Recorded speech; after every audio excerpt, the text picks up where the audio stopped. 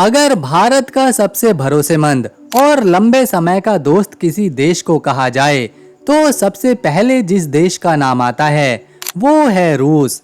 दशकों से भारत और रूस के रिश्ते भरोसे, सहयोग और दोस्ती की मिसाल रहे हैं। रक्षा, अंतरिक्ष, ऊर्जा, विज्ञान और कई बड़े क्षेत्रों में दोनों ही देशों ने हमेशा एक दूसरे का साथ दिया है। वहाँ की बहुत सी लड़कियों ने भारत के लड़कों को अपना जीवन साथी भी चुना है। हालांकि ये दुनिया भर में काम करने और घूमने जाती हैं, लेकिन इन्हें भारत के लोग, भारत का खाना और भारतीय संस्कृति बहुत पसंद है। रूस वो देश है जिसके हथियार हमारे देश ने दशकों तक इस्तेमाल किए। यहीं से तेल, ऊर्जा और दूसरे उद्योगों का सामान भी आता है। लेकिन रूस सिर्फ भारत का दोस्त ही नहीं बल्कि दुनिया का सबसे बड़ा देश भी है। लगभग 1.7 करोड़ वर्ग किलोमीटर में फैला ये देश 11 अलग अलग टाइम जोन में फैला हुआ है।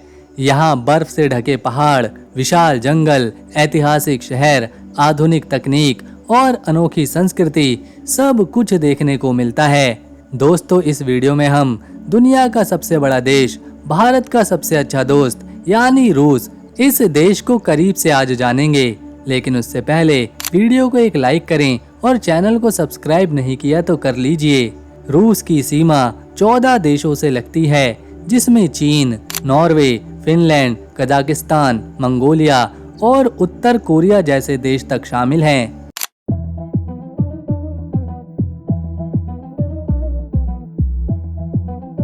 इस देश में एक खोज के दौरान लगभग 40,000 साल पुराने कीड़े बर्फ के अंदर जमे हुए मिले और जब वैज्ञानिकों ने इनकी जांच करी तब पता चला कि ये कीड़े बर्फ के अंदर आराम से सो रहे थे। रूस के राष्ट्रपति व्लादिमीर पुतिन को तो पूरा भारत जानता ही है।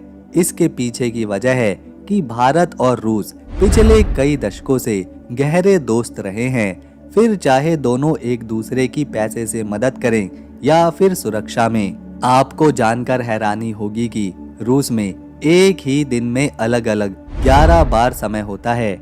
अगर आप एक हिस्से में हैं तो वहां सुबह के 5 बज रहे होंगे और किसी अगर दूसरे हिस्से में हैं तो वहां सुबह के 9। आपको एक और बात चौंकाने वाली है, वो ये कि आज का रूस जितना विशाल है, ये सोवियत संघ टूटने से पहले इससे भी ज्यादा बड़ा विशाल था। जब साल 1991 में सोवियत संघ टूटा तो रूस के कई देश अलग हुए, जैसे यूक्रेन, बेलारूस, तुर्कमेनिस्तान, कजाकिस्तान और उज़्बेकिस्तान। आज रूस का 80% हिस्सा खाली पड़ा है। जहां कोई नहीं रहता, वहां सिर्फ जंगल, बर्फ, पहाड़ और जमा देने वाली ठंड है। और उसी बर्फ के नीचे कई कीमती धातुएं, गैस, मिनरल और सोना मौजूद है। रूस के 70% लोग ईसाई धर्म को मानते हैं, जो कि ऑर्थोडॉक्स शाखा पर विश्वास रखते हैं। 8 से 10% लोग मुस्लिम हैं और 15 से 18% ऐसे लोग हैं जो खुद को किसी धर्म से नहीं जोड़ते, जबकि 2% में बाकी मिले जुले लोग हैं। यहाँ पैसे के लिए रूबल का इस्तेमाल होता है और 100 भारतीय रुपए यहाँ के 86 रूबल के बराबर हैं। यहाँ ऐसे कई इलाके हैं जहाँ प्रकृति ने अपने अंदर बेहिसाब दौलत दबा रखी है। क्योंकि रूस हद से ज्यादा बड़ा देश है, लेकिन यहाँ रहने वाले लोग बहुत कम हैं। कुछ गिने चुने शहर ही हैं जहाँ लोग आबाद हैं। और सबसे बड़ी बात तो ये है कि यहाँ जनसंख्या उतनी तेजी से बढ़ ही नहीं रही जितनी तेजी से अरब या फिर अफ्रीका के किसी और देश में बढ़ती है।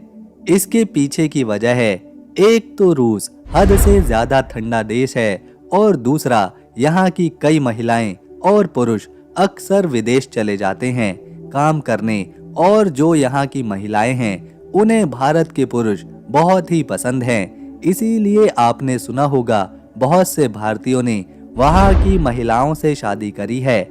ये देश 1,70,98,246 स्क्वायर किलोमीटर में फैला है, जो पूर्वी यूरोप से लेकर उत्तरी एशिया तक अपनी जमीन रखता है। और इतने बड़े एरिया में केवल 14 करोड़ 40 लाख लोग रहते हैं। यही वजह है रूस की राजधानी और कुछ मुख्य शहरों को छोड़कर, गांव को छोड़कर आपको यहाँ इंसान ढूंढने से भी नहीं मिलेंगे।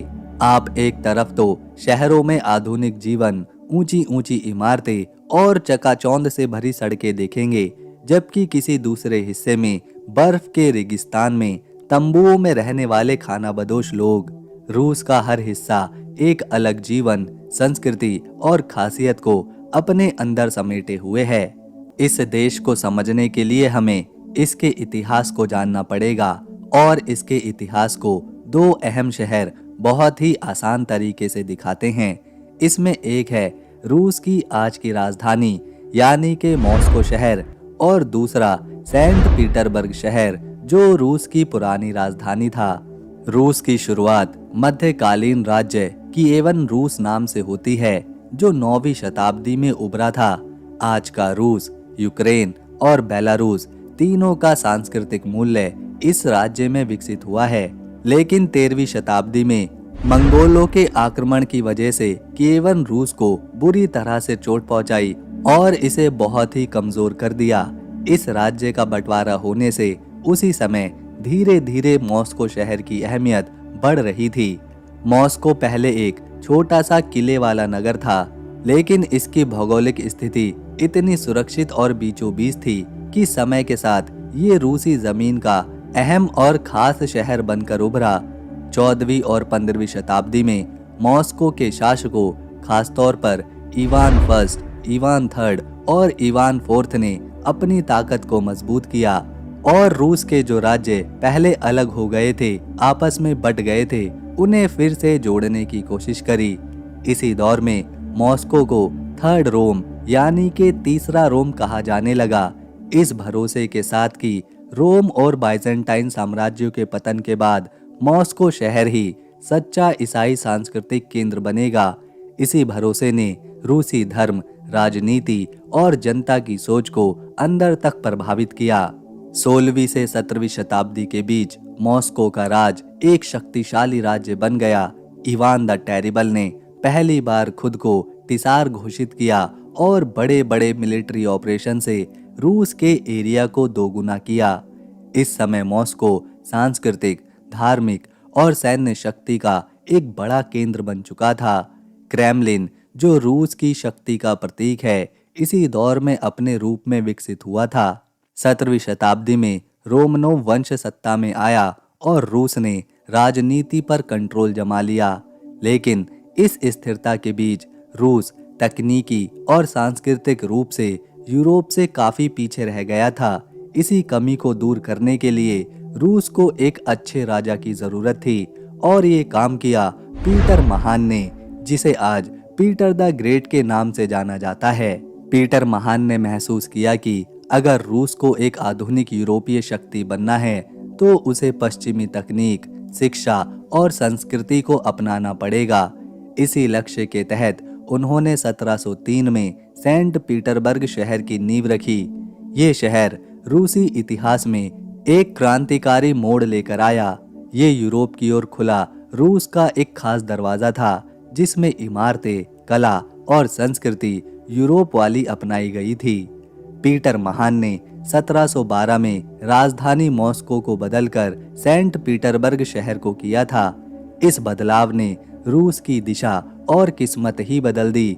मॉस्को जहां परंपरा, धर्म और रूसी पहचान का प्रतीक था, वहीं सेंट पीटरबर्ग शहर आधुनिकता, विज्ञान, समुद्री शक्ति और पश्चिमी प्रभाव का केंद्र बना। 18वीं और 19वीं शताब्दी में सेंट पीटरबर्ग रूसी साम्राज्य का असली केंद्र बनकर उभरा। राजनीति, नौसेना, साहित्य, संगीत और शिक्षा का महत्वपूर्ण केंद्र। दुनिया के प्रमुख कलाकार, दार्शनिक और वैज्ञानिक इसी शहर में पनपे थे। 20वीं शताब्दी की शुरुआत रूस के लिए बहुत ही उथल पुथल मचा देने वाली थी। 1905 की क्रांति और 1917 की बोल्शेविक क्रांति, जिसने पूरे रूसी साम्राज्य को गिरा दिया, खास तौर पर इसी शहर सेंट पीटरबर्ग से शुरू करी गई थी। 1917 में लेनिन के नेतृत्व में बोल्शेविकों ने सत्ता को संभाला और शहर का नाम बदलकर लेनिनग्राद रखा। इसके साथ ही रूस एक साम्राज्य से बदलकर एक सोवियत साम्यवादी राज्य यानी कि यूएसएसआर में बदल गया। हालांकि सोवियत काल में भी लेनिनग्राद कला और विज्ञान का महत्वपूर्ण केंद्र रहा था, लेकिन राजनीतिक शक्ति एक बार फिर मॉस्को शहर के पास लौट आई थी, जो सोवियत संघ की राजधानी बना। सेकेंड वर्ल्ड वॉर में लेनिनग्राद ने इतिहास के सबसे भयंकर घेराव का सामना किया। नाजी जर्मनी ने शहर को 900 दिनों तक घेर कर रखा था। लाखों लोग भूख, ठंड और हमलों से मारे गए, लेकिन शहर फिर भी नहीं टूटा। इसी चीज ने लेनिनग्राद को एक अमर ऐतिहासिक प्रतीक बनाकर खड़ा किया। इसके बाद साल 1951 में जब सोवियत संघ का पतन हुआ और इसके साथ ही रूस एक आजाद देश के रूप में बनकर पूरी दुनिया के सामने आया, इस नए रूस की राजधानी और राजनीतिक शक्ति का केंद्र मॉस्को शहर था और वो आज भी है। दूसरी ओर लेनिनग्राद का नाम बदलकर फिर से सेंट पीटरबर्ग कर दिया। ये शहर रूस की सांस्कृतिक राजधानी के रूप में जाना जाता है। संगीत, साहित्य, संग्रहालयों और कलाओं की हैरान करने वाली हस्तियों के साथ। ये है रस्की आइलैंड। प्रशांत महासागर की लहरों के बीच बसा रस्की आइलैंड कभी रूस का एक ऐसा गुप्त कोना था जहां आम इंसानों का जाना नामुमकिन था। व्लादिवोस्तोक के पास मौजूद ये द्वीप दशकों तक एक मिलिट्री बेस रहा, जहां बाहरी दुनिया की नजरें नहीं पहुंच पाती थी। लेकिन आज ये द्वीप रूस की आधुनिकता और प्राकृतिक सुंदरता का एक मेल बन चुका है। यहाँ पहुंचने के लिए आपको दुनिया के सबसे लंबे cable stay bridge risky bridge को पार करना पड़ेगा, जो घने कोहरे के बीच से गुजरते हुए ऐसा महसूस कराएगा मानो आप बादलों में चल रहे हों।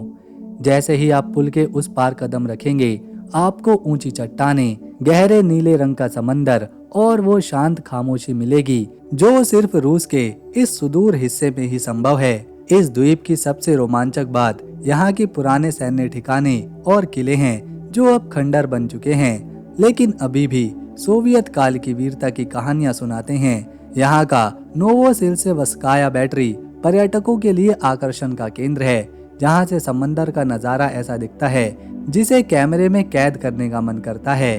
अब है आपके सामने सुजदाल।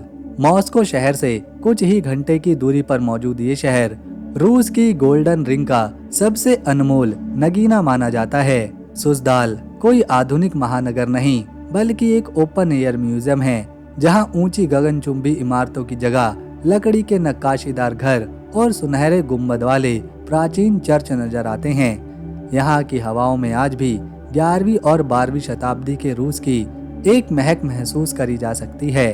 जब आप इसकी पथरीली सड़कों पर चलेंगे तो आपको एहसास होगा कि ये शहर अपनी जड़ों से कितनी मजबूती से जुड़ा हुआ है। यहाँ की सुजदाल क्रेमलिन और नेटिविटी कैथेड्रल की नीली छतें, उन पर जड़े सुनहरे सितारे किसी परियों की कहानी के महल के जैसे लगते हैं, जो रूस के गौरवशाली और आध्यात्मिक इतिहास की कहानी बताते हैं। आइए अब रूस की कुछ ऐसी जगह देखते हैं जिन्हें आपने ना पहले देखा होगा और ना ही उनके बारे में सुना होगा। ये है बटागाइका क्रेटर। इसे धरती का मुंह भी कहा जाता है। ये जमीन पर बना अपने आप एक विशालकाय गड्ढा है। यहाँ पहले बर्फ ही बर्फ जमा थी, लेकिन जब तापमान बढ़ा तो 1960 में ये जमीन धंस गई और इतना बड़ा गड्ढा बन गया। आज भी ये लगातार बढ़ता ही जा रहा है। इसे पूरा देखने के लिए आसमान की सैर करनी पड़ती है। ये है बाइकाल झील। ये झील पूरी दुनिया के लिए बहुत ही अहम है, क्योंकि इसी झील से दुनिया को 25% मीठा पीने लायक पानी मिलता है।